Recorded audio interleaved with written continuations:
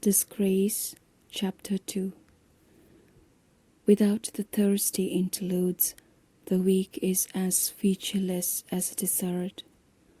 There are days when he does not know what to do with himself.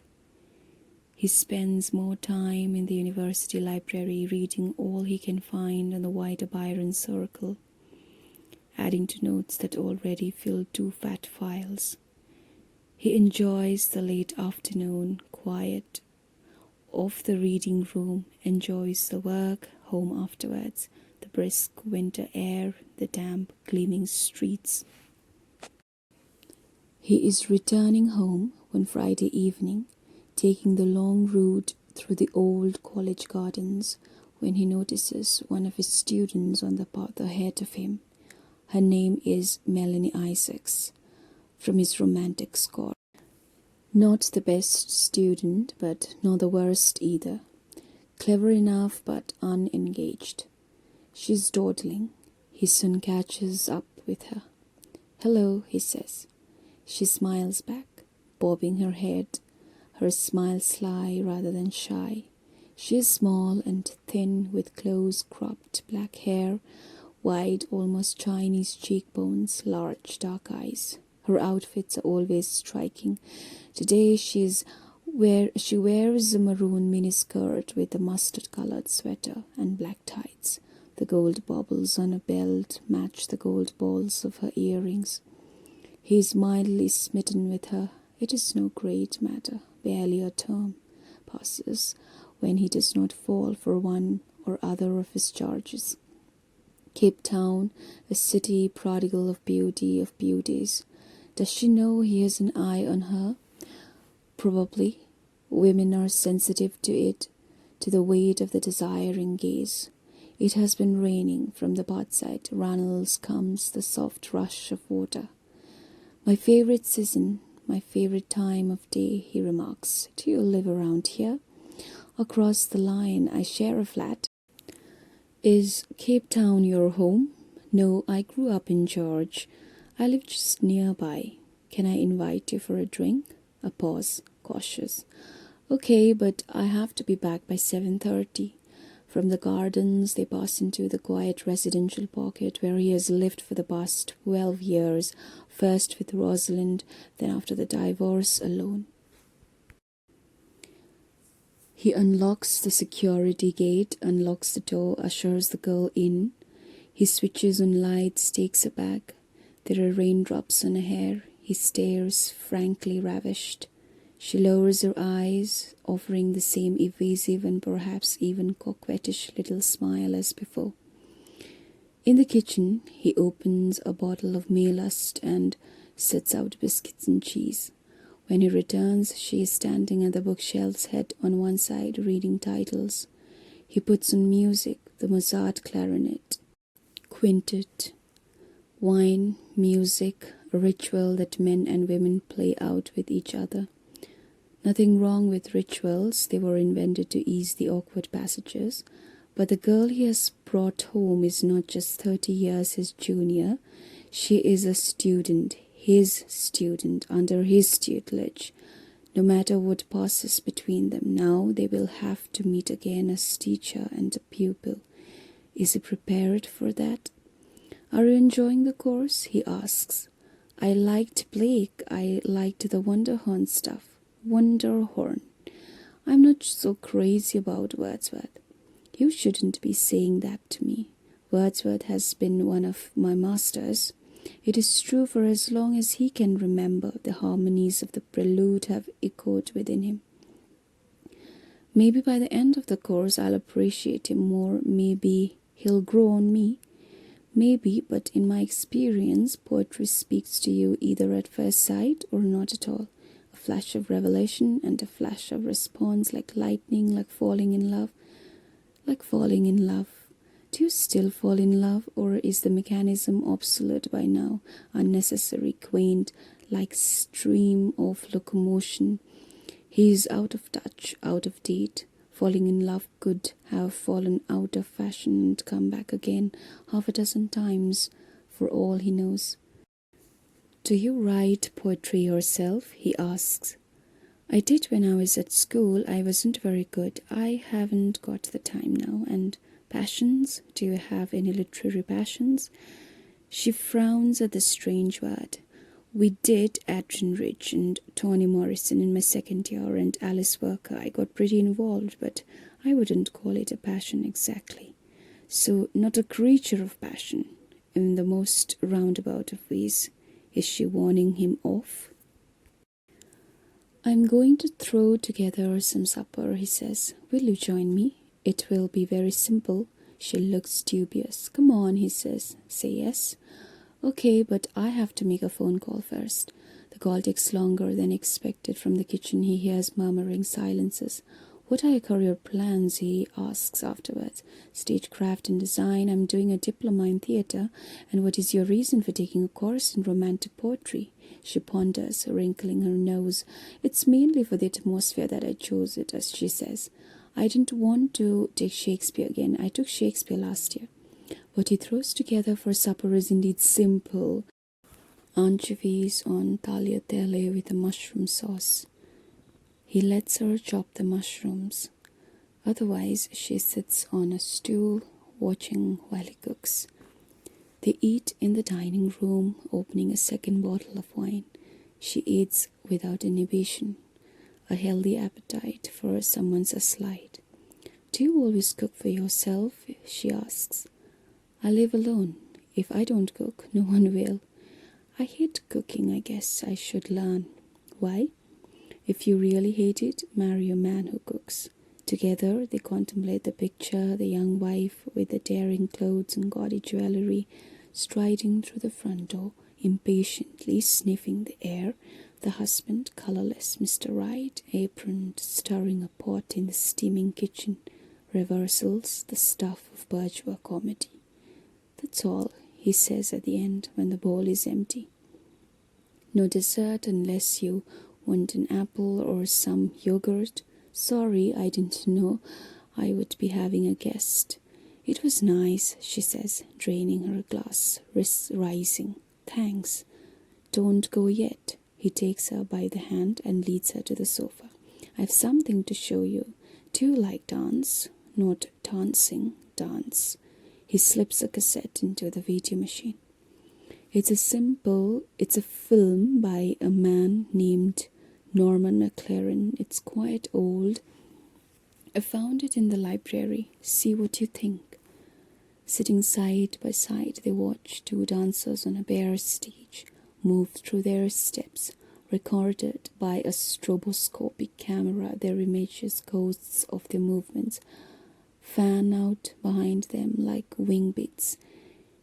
It is a film he first saw a quarter of a century ago, but is still captivated by the instant of the present and the past of that instant, evanescent, caught in the same space. He wills the girl to be captivated too, but he senses she is not. When the film is over, she gets up and wanders around the room. She raises the lid of the piano, strikes middle C. Do you play? She says. A bit. Classics or jazz? No jazz, I am afraid. Will you play something for me? Not now, I'm out of practice. Another time, when we know each other better. She peers into his study. Can I look? She says. Switch on the light. He puts on more music. Scarlatti, sonatas, cat music. You've got a lot of Byron books, she says when she comes out. Is he your favorite? I'm working on Byron, on his time in Italy. Didn't he die young? 36. They all died young, or dried up, or went mad and were locked away.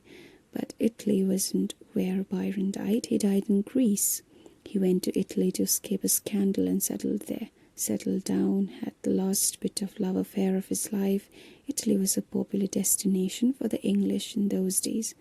They believed the Italians were still in touch with their natures, less hemmed in by convention, more passionate. She makes another circuit of the room. Is this your wife? She asks, stopping before the framed photograph on the coffee table. My mother, taken when she was young. Are you married?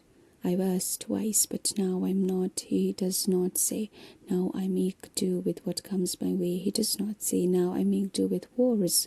Vanna, offer you a liquor. She does not want a liquor, but does accept a shot of whiskey in her coffee. As she sips, he leans over and touches her cheek. You're very lovely, he says. I'm going to invite you to do something reckless. He touches her again. Stay, spend the night with me. Across the rim of the cup she regards him steadily. Why? Because you ought to. Why ought I to? Why? Because a woman's beauty does not belong to her alone. It is part of the bounty she brings into the world. She has a duty to share it. His hands still rests against her cheek. She does not withdraw, but does not yield either. And what if I already share it? In her voice there is a hint of breathlessness, exciting always to be courted, exciting, pleasurable. Then you should share it more widely. Smooth words, as old as seduction itself. Yet at this moment he believes in them. She does not own herself. Beauty does not own itself. From fairest creatures we desire increase, he says, that thereby beauty's rose might never die. Not a good move. Her smile loses its playful, mobile quality. The pentameter was cadence once served so well to the oil of the serpent's words, now only as strangers. He has become a teacher again, man of the book, guardian of the culture hoard. He puts down a cup. I must leave, I'm expected. The clouds have cleared, the stars are shining, a lovely night, he says, unlocking the garden gate. She does not look up. Shall I walk you home? No. Very well, good night. He reaches out and folds her. For a moment he can feel her little breasts against him. Then she slips his embrace and is gone. Disgrace, Chapter 3. That is where he ought to end, but he does not. On Sunday morning, he drives to the empty campus and lets himself into the department office. From the filing cabinet, he extracts Melanie Isaac's enrollment card and copies down her personal details, home address, Cape Town address, telephone number. He dials the number. A woman's voice answers. Melanie, I'll call her. Who is speaking? Tell her David Leary. Melanie, a melody, a meretricious rhyme. Not a good name for her. Shift the accent. Melanie, the dark one. Hello. In the one word he hears all her uncertainty. Too young, she will not know how to deal with him. He ought to let her go. But he's in the grip of something. Beauty's rose, the poem drives, straight as an arrow. She does not own herself. Perhaps he does not own himself either. You might like to go out to lunch, he says. I'll pick you up at, shall we say, 12? There is still time for her to tell a lie, wriggle out, but she is too confused, and the moment passes. When he arrives, she is waiting on the sidewalk outside her apartment block. She is wearing black tights and a black sweater. Her hips are as slim as a 12-year-old's. He takes her to Houtby, to the harbour side. During the drive, he tries to pull her at ease. He asks about her other courses. She is acting in a play, she says. It is one of her diploma requirements. Rehearsals are taking up a lot of her time. At the restaurant, she has no appetite, stares out glumly over the sea. Is something the matter? Do you want to tell me? She shakes her head. Are you worried about the two of us? Maybe, she says. No need, I'll take care. I won't let it go too far. Too far? What is far? What is too far in a matter like this? Is her too far for the same as his too far? It has begun to rain. Sheets of water waver across the empty bay. Shall we leave? He says. He takes her back to his house on the living room floor. To the sound of rain pattering against the windows, he makes love to her. Her body is clear, simple, in its way perfect. Though she is passive throughout, he finds the act pleasurable, so pleasurable that from its climax he tumbles into blank oblivion. When he comes back, the rain has stopped. The girl is lying beneath him, her eyes closed, her hands slack above her head, a slight frown on her face. His own hands are under her coarse knit sweater on her breasts. Her tights and panties lie in a tangle on the floor. His trousers are round his ankles. After the storm, he thinks straight out of George Cross.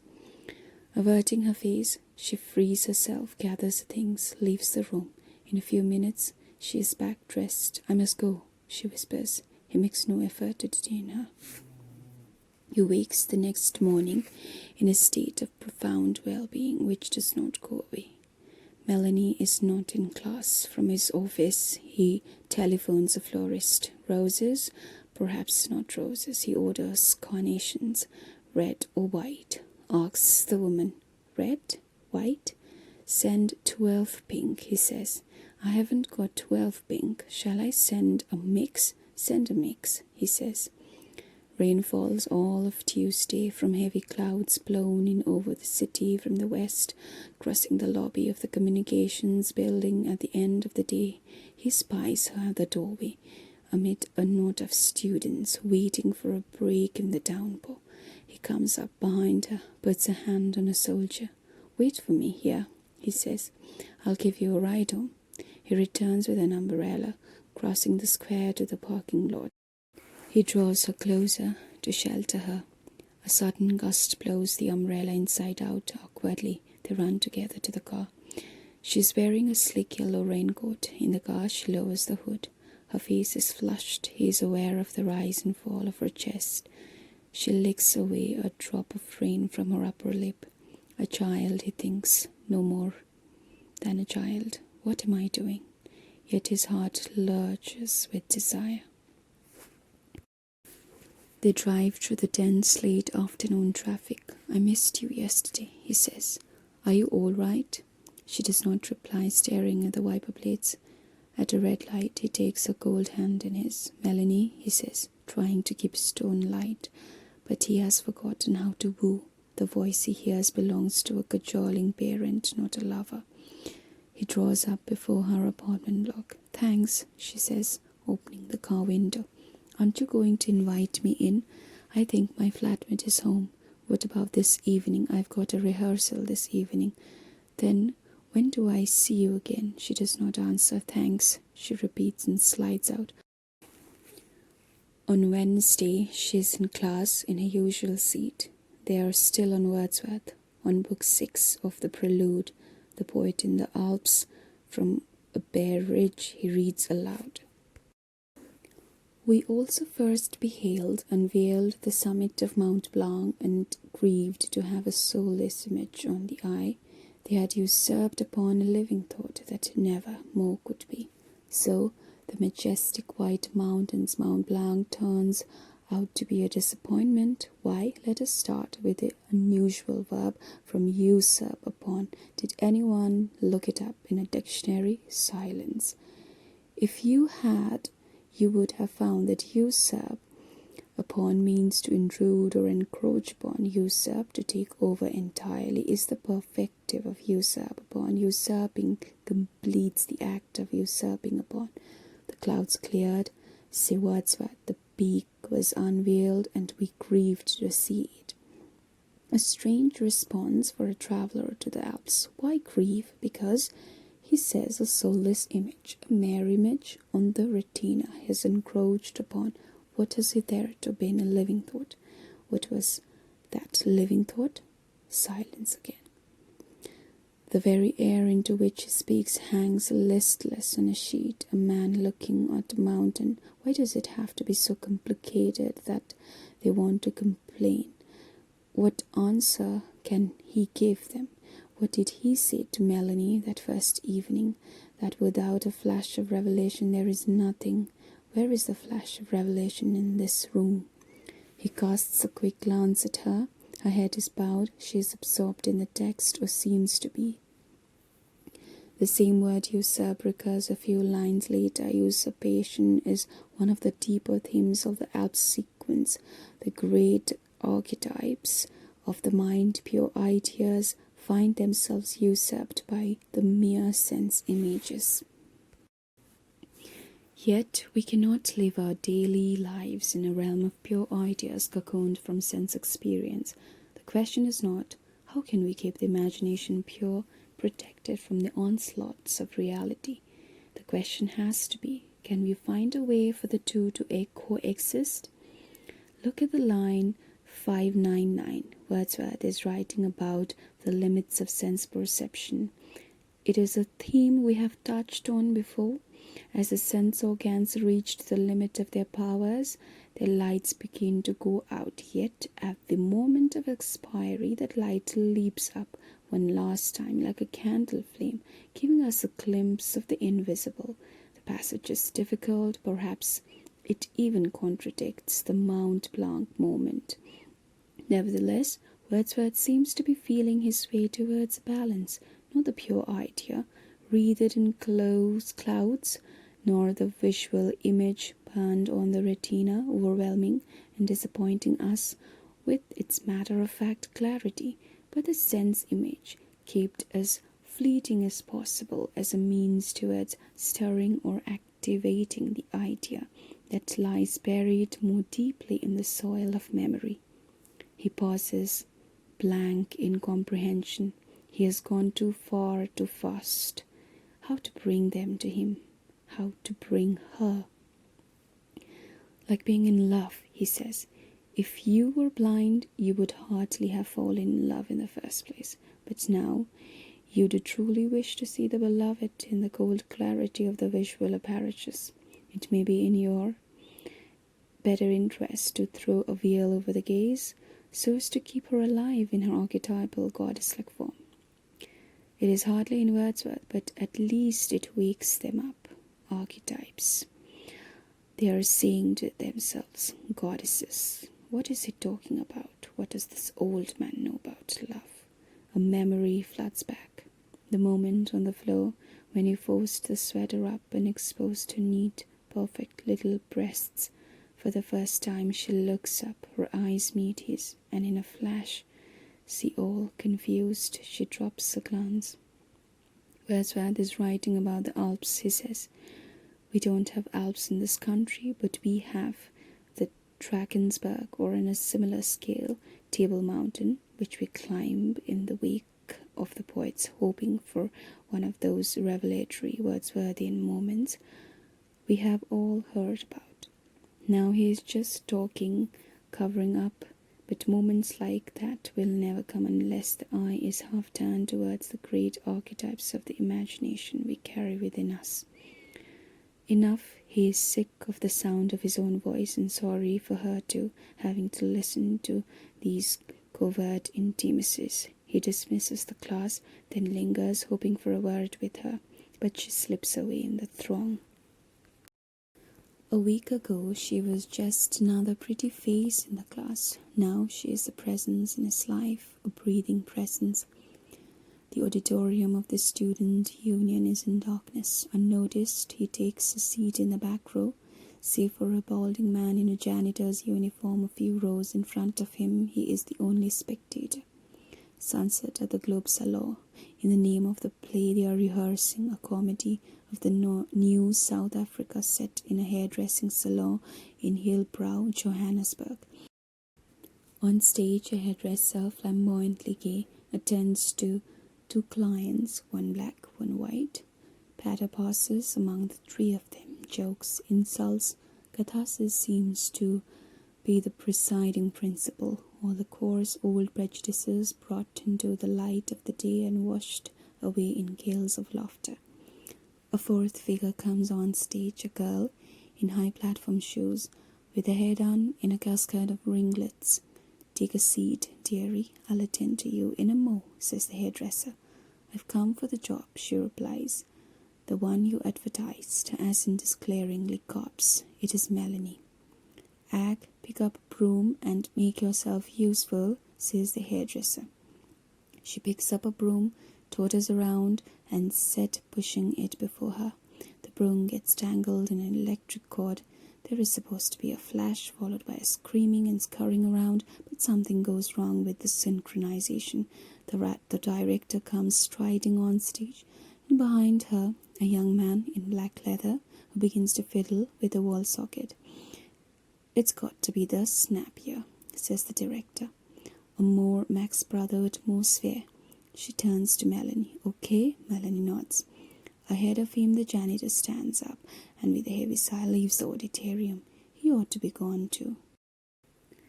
An unseemly business, sitting in the dark, spying a girl, and wherein the word leching comes to him. Yet the old man whose company he seems to be on the point of joining, the tramps and drifters, with their stained raincoats and cracked false-steads and hairy ear-holes, all of them were once upon a time children of God, with straight limbs and clear eyes. Can they be blamed for clinging to the lust to their place at the sweet banquet of the senses? On stage, the action resumes. Melanie pushes the broom. A bang, a flash, screams of alarm. "It's not my fault," squawks Melanie, "my guts. Why must everything always be my fault?" Quietly he gets up, follows the janitor into the darkness outside. At 4 o'clock the next afternoon, he is at her flat.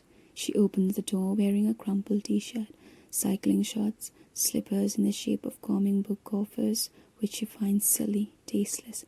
He has given her no warning. She is too surprised to resist the intruder who thrusts himself upon her. When he takes her in his arms, her limbs crumple like a marionette's. Words heavy as clubs thud into the delicate whirl of her ear. "No, not now," she says, struggling. "My cousin will be back, but nothing will stop him." He carries her to the bedroom, brushes off the absurd slippers, kisses her feet, astonished by the feeling she evokes. Something to do with the apparition on the stage, the wake, the wiggling bottom, and crude talk, strange love. Yet from the quiver of Aphrodite, goddess of the foaming waves, no doubt about that. She does not resist. All she does is avert herself, avert her lips, avert her eyes. She lets him lay her out on the bed and undress her. She even helps him, raising her arms and then her hips. Little shivers of cold run through her as soon as she is bare. She slips under the quilted counterpane like a mole borrowing and turns her back on him. Not a rape, not quite that, but undesired, nevertheless undesired to the core. As though she had decided to go slack, die within herself for the duration, like a rabbit when the jaws of the fox close on its neck, so that everything done unto her might be done, as it were, far away. "Pauline will be back any minute," she says when it is over. "Please, you must go." He obeys, but then when he reaches his car, is overtaken with such dejection, such dullness, that he sits slumped at the wheel, unable to move. A mistake, a huge mistake. At this moment, yet no doubt she, Melanie, is trying to cleanse herself of it, of him. He sees her running a bath, stepping into the water, eyes closed like a sleepwalker's. He would like to slide into a bath of his own. A woman with chunky legs and a no-nonsense business suit passes by and enters the apartment block. Is this Cousin Pauline, the flatmate? The one whose disapproval Melanie is so afraid of. He rouses himself, drives off. The next day she is not in class, an unfortunate absence, since it is the day of the midterm test. When he fills in the register afterwards, he ticks her off as present and enters a mark of 70. At the foot of the page he pencils a note to himself, provisional. 70, a vacillator's mark, neither good nor bad. She stares away the whole of the next week. Time after time he telephones without reply. Then at midnight on Sunday the doorbell rings. It is Melanie, dressed from top to toe in black, with a little black woolen cap. Her face is strained. He steels himself for angry words, for a scene. The scene does not come. In fact, she is the one who is embarrassed. "Can I sleep here tonight?" she whispers, avoiding his eye. Of course, his heart is flooded with relief. He reaches out, embraces her, presses her against him, stiff and cold. "Come, I'll make you some tea." No tea, nothing. I'm exhausted. I just need to crash." He He makes up a bed for her in his daughter's old room, kisses her good night, leaves her to herself. When he returns half an hour later, she is in a dead sleep, fully clothed. He eases off her shoes, covers her.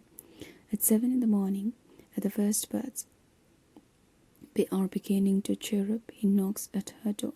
She is awake, lying with the sheet drawn up to her chin, looking haggard. "How are you feeling?" he asks. "Is something the matter? Do you want to talk?" She shakes her head mutely. He sits down on the bed and draws her to him. In his arms she begins to sob miserably. Despite all, he feels a tangling of desire. There, he whispers, trying to comfort her. "Tell me what is wrong," almost he says. "Tell Daddy what is wrong." She gathers herself and tries to speak, but her nose is clogged. He finds her a tissue. "Can I stay here a while?" She says. "Stay here?" He repeats carefully. She has stopped crying, but the long shudders of misery still pass through her. Would that be a good idea?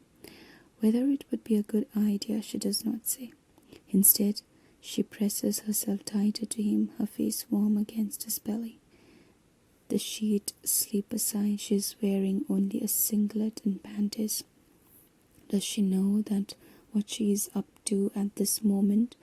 When he made the first move in the college gardens, he had thought of it as a quick little affair, quickly in, quickly out. Now here she is in his house, trailing complications behind her. What game is she playing? He should be wary, no doubt about that. But he should have been wary from the start. He stretches out on the bedside her. The last thing in the world he needs is for Melanie Isaacs to take up residence with him. Yet at this moment the thought is intoxicating. Every night she will be here. Every night he can slip into her bed like this, slip into her. People will find out. They will always do. There will be whispering. There might even be scandal. But what will that matter? At last leap of the flame of sense before it goes out. He folds the bedclothes aside, reaches down, strokes her breasts, her buttocks. "Of course you can stay," he murmurs. "Of course." In his bedroom, 2 doors away, the alarm clock goes off. She turns away from him, pulls the covers up over her shoulders. "I'm going to leave now," he says. "I have classes to meet. Try to sleep again. I'll be back at noon. Then we can talk." He strokes her hair, kisses her forehead. Mistress, daughter, what in her heart is she trying to be? What is she offering him? When he returns at noon, she is up, sitting at the kitchen table, eating toast and honey and drinking tea. She seems thoroughly at home. "So," he says, "you are looking much better. I slept after you left. Will you tell me now what this is all about?" She avoids his eye. "Not now," she says. "I have to go. I'm late. I'll explain next time." "And when will next time be?" "This evening after rehearsal. Is that okay?" "Yes." She gets up, carries her cup and plate to the sink, but does not wash them. Turns to face him. "Are you sure it's okay?" she says. "Yes, it's okay." I wanted to say, "I know I have missed a lot of classes, but the production is taking up all my time. I understand you're telling me your drama work is priority. It would have helped if you had explained earlier. Will you be in class tomorrow?" "Yes, I promise." She promises, but with a promise that is not enforceable. He is vexed, irritated. She is behaving badly, getting away with too much. She is learning to exploit him and will probably exploit him further. But if she has got away with much, he has got away with more. If she is behaving badly, he has behaved worse, to the extent that they are together. If they are together, he is the one who leads, she is the one who follows. Let him not forget that.